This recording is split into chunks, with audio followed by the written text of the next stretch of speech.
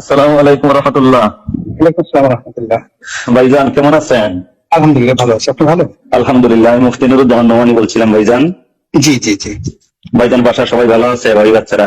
জি জি, সবাই ভালো আছে। আচ্ছা, আমি ছোট্ট একটা জিনিস জানতে চাচ্ছিলাম ভাইজান আপনার কাছ থেকে, যদি অনুমতি দেন তাহলে আমি একটা বলবো আর কি। বলেন।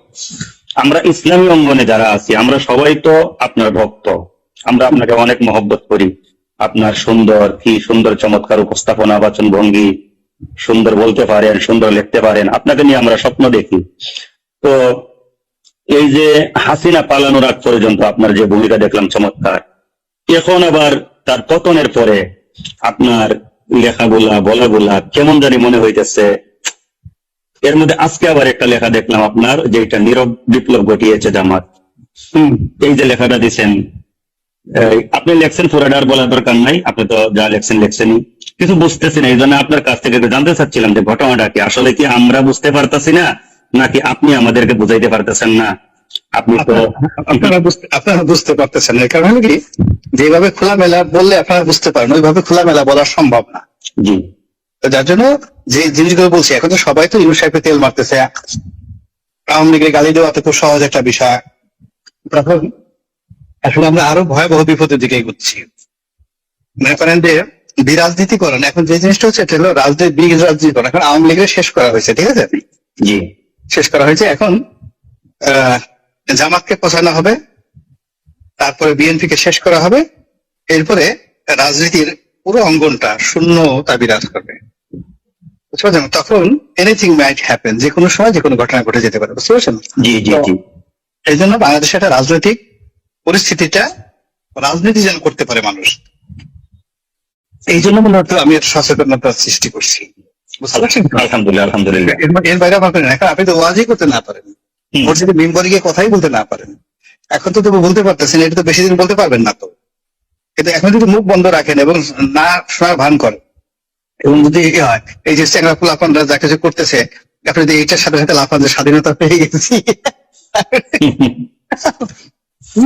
জি। তো যার জন্য এটা হলো যে মাথা ঠান্ডা রেখে প্রত্যেকটা জিনিসই আমার আল্লাহ আমাকে যতটুকু হিকমা দিয়েছে, আমি আমার মতো স্থানকাল পাত্র ভেদে ওই জিনিসগুলো বলে যাচ্ছি। বুঝতে পারছেন? জি জি জি। এখানে জামাত সবসময় একটা ঐতিহাসিক ভুল করেছে, সবসময়, এখন শুরু থেকে। জি। তারা ব্রিটিশ আমলে সারা জীবন ব্রিটিশদের বিরোধিতা করছে, যখন দুই ভাগ হয়ে যাবে তখন পাকিস্তানের বিরোধিতা করেছে। আচ্ছা, গেল, এরপর পাকিস্তানে তারা ঢুকতে পারে নাই, পাকিস্তানে আসছে, ভারত তাদেরকে রাখে নাই, তারাই দিচ্ছে। পাকিস্তানে আসছে, পাকিস্তানে তাদের বিরুদ্ধে তাদের আবুল আল্লাহ মওদুদের সাহেবকে ফাঁসি দেওয়া হয়েছে, ফাঁসির অর্ডার দিয়ে দেওয়া হয়েছে। গেল এটা। বাংলাদেশে তারা আসছে, বাংলাদেশের পাকিস্তানের সাথে তার কোনো ভালো সম্পর্ক ছিল না। হঠাৎ করে ওই মুক্তিযুদ্ধের 3-4 মাস আগে হঠাৎ করে টিক্কা খানের সাথে তাদের বন্ধুত্ব হয়ে গেল, এই রাজাকার আলবদর আশ্বাস। বুঝতে পারছেন? জি। এই হলো অবস্থা। বাংলাদেশেরও একই ঘটনা। এই যে এখন দেখেন, এই বর্তমান সরকারের সাথে সবচেয়ে ভালো মহরম সম্পর্ক হলো জামাতের। তো এদের কারোর সাথে কিন্তু এর কোনো পরিচয় ছিল না, সম্পর্কই ছিল না। তারা এই জামাতকে দায়িত্ব নিয়ে ধরুন তাদের সংগঠন আছে, লোকজন আছে, তারা এটাকে ব্যবহার করতেছে। ব্যবহার করার ফলে আলটিমেটলি বিএনপির সাথে তাদের সম্পর্ক অনেক জায়গাতে গন্ডগোল লেগে গেছে, বিভিন্ন সরকারি অফিসগুলো, যেখানে এক জায়গায় জামাত ঢুকতে চাচ্ছে, আরেক জায়গায় বিএনপি ঢুকতে চাচ্ছে। বুঝতে পারছেন? জি। এই জিনিসগুলো আমি বুঝতে পারতেছি, অনেকগুলো আমি কিভাবে মুখ বন্ধ করে রাখবো বলেন? না, আসলে জামাত এর সাথে বিএনপির যে দূরত্ব সৃষ্টি হয়েছে, আপনি বলতেছেন যে এক জায়গায় বিএনপি ডুববার চাইতেছে, আরেক জায়গায় জামাত ডুববার চাইতেছে, আসলে কি এর কোনো নিশ্চিত নিউজ আপনার কাছে আছে? হাজার হাজার হাজার হাজার হাজার, একটা দুটো না, পুলিশ সচিবালয় থেকে শুরু করে আপনার সব জায়গাতে এই ঘটনাগুলো ঘটতেছে।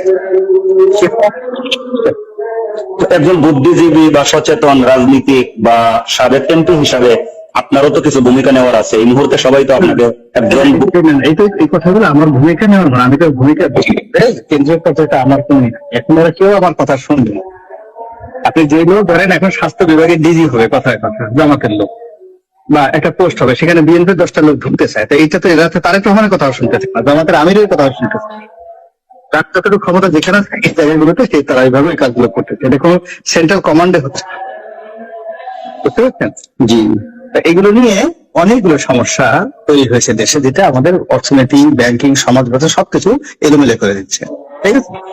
এখন আপনার কাছে আমার একটা অনুরোধ, আপনি তো খুব ভালো মতোই জানেন দীর্ঘদিন যাবৎ এই দেশের মধ্যে জামাত ইসলামী একটা নির্যাতিত দল। আপনি অনেক লেখছেন এই বিষয়ে ভাইজান। আপনি সাইদি সাহেবের স্মৃতিচারণ করছেন, আব্দুল কাদের মোল্লা সাহেবের স্মৃতিচারণ করছেন, এবং আপনি ওনাদের সম্পর্কে যা দেখছেন, জানছেন, কথাবার্তা বলছেন, পজিটিভ দৃষ্টিকোণ থেকে সব উল্লেখ করছেন, যার জন্য আপনার প্রতি সবাই আরো বেশি আগ্রহী হয়েছে যে আপনি একজন ইনসাফ ভিত্তিক লেখক এবং গবেষক, এই একটা ধারণা হয়েছে। এখন আপনি এই মুহূর্তে একটু আগে জামাতের ব্যাপারে যা বললেন বিএনপির সাথে মিলাইয়া, তো এখন জামাত একটা দীর্ঘদিনের নির্যাতিত দল হিসাবে, মাজলুম দল হিসাবে এই মুহূর্তে জামাতের কি করণীয়, এই ব্যাপারে আপনারও তো একটু ভাবার দায়িত্ব আছে। মানে ওটা লিখবো, ধীরে ধীরে লিখবো। মূল ব্যাপার হচ্ছে যে আমার প্রত্যেকটা দলের মধ্যে হলো কি, আপনি যখন মরুভূমিতে মানুষ পিপাসার মধ্যে পড়ে, ঠিক আছে, জি, আর হঠাৎ করে যদি পানি, এক বোতল পানি দেওয়া হয়, সে লোকটা পানি খেলে মরে যাবে সাথে সাথে। এখন আমরা গত 15 বছর যাবৎ সবাই বিএনপি আওয়ামী লীগের দ্বারা এইভাবে নির্যাতিত হয়েছি।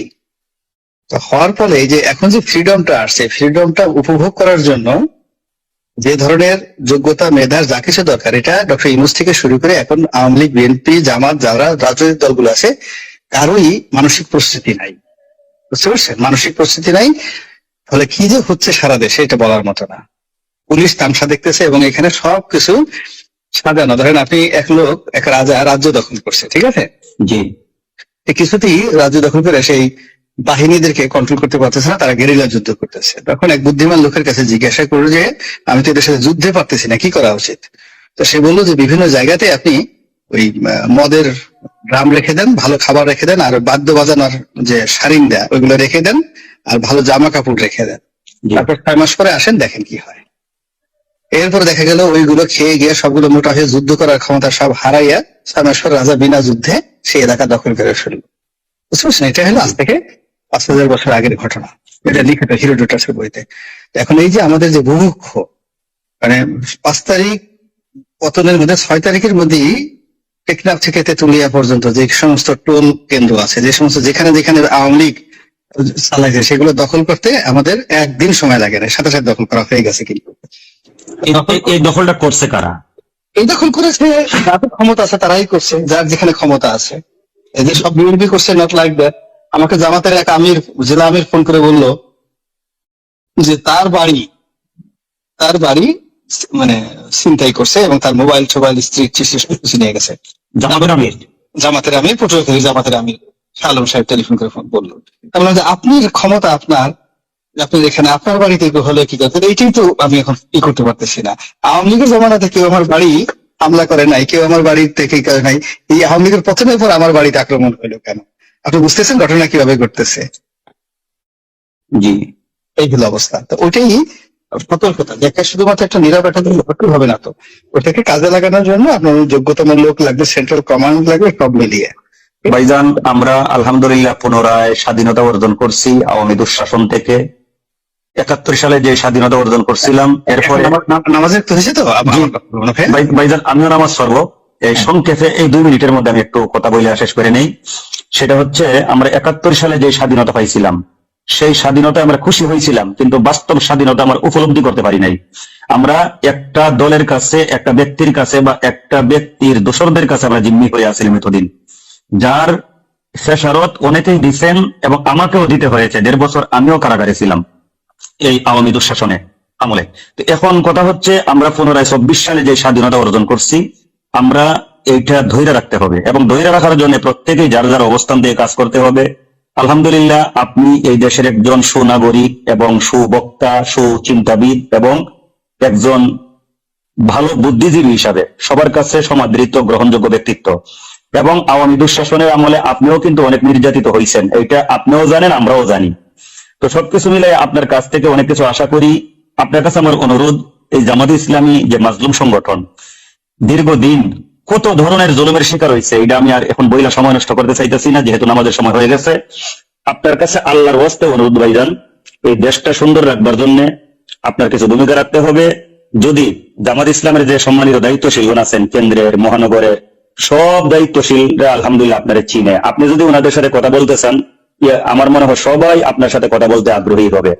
তো জামাত ইসলামের কিঞ্চিত আপনার যে আমিরও তো আমার বাসায় গেছে, মানে বাসায় গেছেন, একটা শফিক গেছে, সেলিম সাহেব গেছে, সবাই গেছে আমার বাসায়, অফিসও সবাই আসছে, টপটো লোক। জি জি। ঠিক আছে, আমার দিক থেকে যতটুকু করার করবে ইনশাআল্লাহ ভাইয়া।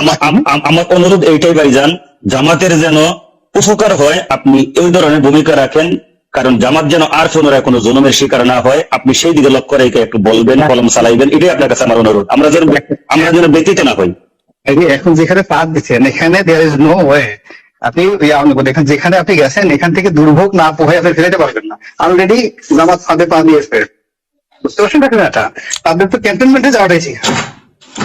জামাত আপনি যে হঠাৎ করে পার্বত্য অবস্থা থেকে সেনাপ্রধান করার পর সঙ্গে সঙ্গে ক্যান্টনমেন্টে দাওয়াতে গেল, আপনি কাজ করতে অনুমতি নিয়ে গেছিলেন, মজলিসের বৈঠক হয়েছে, সাধারণ জনমত আছে, সেখানে গেছেন কেন? না, সেই দাওয়াতে তো প্রত্যেক রাজনৈতিক দলের দায়িত্বশীল যারা গেছে, না প্রত্যেক রাজনৈতিক দল যারা গেছে তারা সবাই দুর্ভোগ পোহাবে। যারা গেছে বিএনপি, যারা গেছে জোনায়েদ সাকি গেছে, যারা গেছে প্রত্যেকটা লোকের এই কর্মফল ভোগ করতে হবে। জাস্ট ওয়েট, আপনি একটা কাজ করেছেন, সেই কাজের তো ফল আপনাকে ভোগ করতেই হবে। মানে দিল্লি কি এরকম প্ল্যান করতেছে আপনি বলতে চাইতেছেন? এটা সেই প্ল্যান অনুযায়ী সবকিছু। সেই প্ল্যান কি আপনি সফল হইতে দিবেন? আপনারও কিন্তু ভূমিকা আছে। না, আমারও কিন্তু বাংলাদেশে বিশাল একটা ফিগার এখন। না, আমার কোনো ভূমিকা নাই।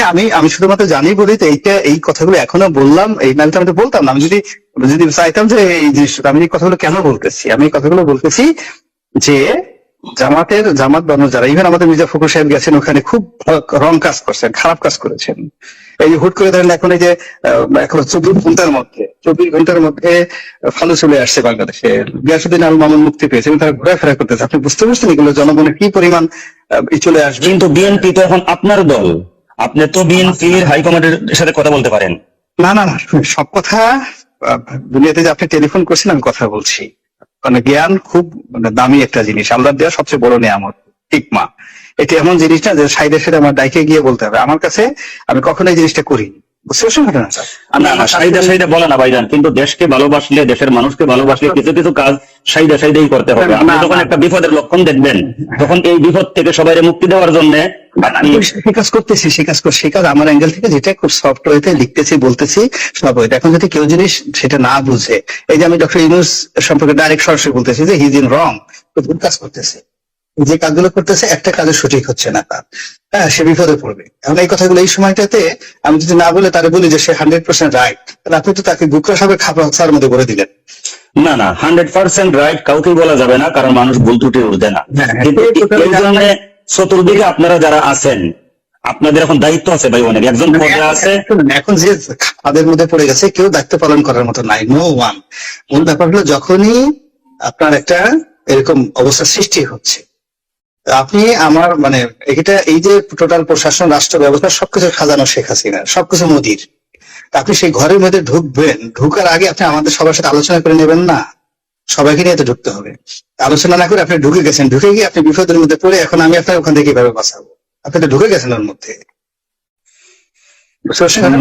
জি কিচ্ছু করার নেই এখানে। রাখি ভাইয়া, জি ভাইজান, ইনশাল্লাহ আবারও কথা হবে, দোয়া চাই। জাযাকুমুল্লাহ, আসসালামু আলাইকুম।